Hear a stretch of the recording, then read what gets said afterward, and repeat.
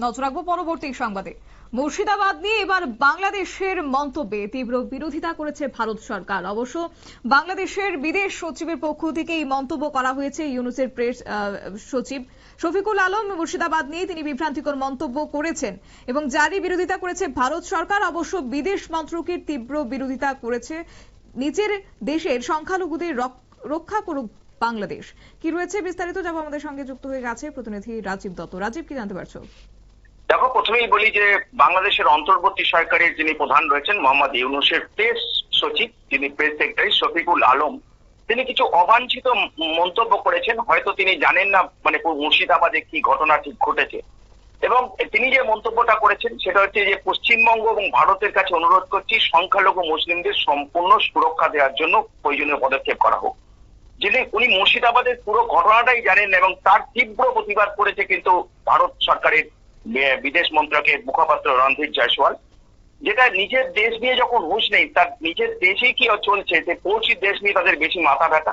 এবং ভারতের তরফ থেকে যেটা বলা হয়েছে যে এখানে যে যে মন্তব্যটা করেছেন সেটা অবাঞ্ছিত মন্তব্য, এবং যেখানে বাংলাদেশের এই ধরনের মন্তব্য করা কখনো উচিত হয়নি বাংলাদেশ। এবং সেই সঙ্গে রণধীর জয়সওয়াল যেটা বলেছেন, ভারতের সঙ্গে সে দেশের সংখ্যালঘুদের উপর নির্যাতন এবং হত্যা এটাকে গুলিয়ে ফেলা, এটা বাংলাদেশের একটা ছলনা ছাড়া কিছু নয়। কারণ সেই দেশে বাংলাদেশে যারা সংখ্যালঘুদের উপর দীর্ঘদিন ধরে সেই অত্যাচার করছে, যে আগস্ট মাস থেকে হাসিনা সরকারের পতনের পর থেকে তারা অবাধে ঘুরে বেড়াচ্ছে। ইউনিশ সরকার তাদের অবাধে ঘুরে বেড়াতে দিচ্ছে এবং উল্টে ওখানে সংখ্যালঘুদের গ্রেফতার করা হচ্ছে।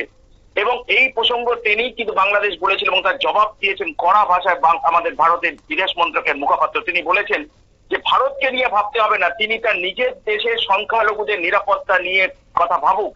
কারণ সেখানে যে ধরনের অত্যাচার চলছে এবং যে ধরনের কাজকর্ম সরকার ওখানে করছে সেটা নিন্দনীয়। এবং সেই জায়গায় দাঁড়িয়ে যে মুর্শিদাবাদ নিয়ে যে মন্তব্য করেছেন অন্তর্বর্তী সরকারের যিনি প্রেস সচিব শফিকুল আলম, তিনি অবাঞ্ছিত মন্তব্য করেছেন।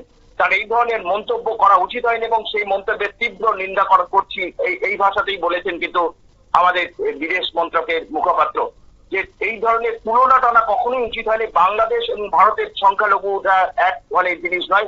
ভারত সংখ্যালঘুদের উপর যথেষ্ট গুরুত্ব দেয়, তাদের রক্ষা করার জন্য সমস্ত রকম চেষ্টা করে, কিন্তু সেখানে এই ধরনের কোনো ঘটনা ঘটেনি।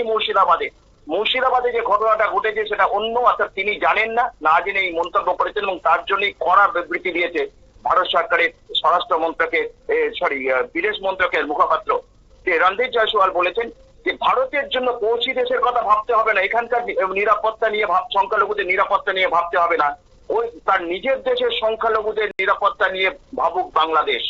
শতাব্দী, একেবারেই ধন্যবাদ।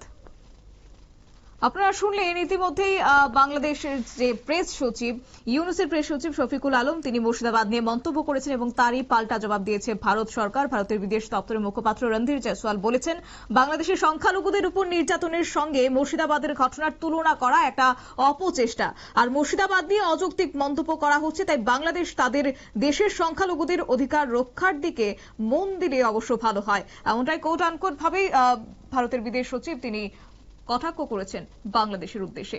নিয়ে নিচ্ছি ছোট্ট একটি বিজ্ঞাপন বিরতির সঙ্গে থাকুন।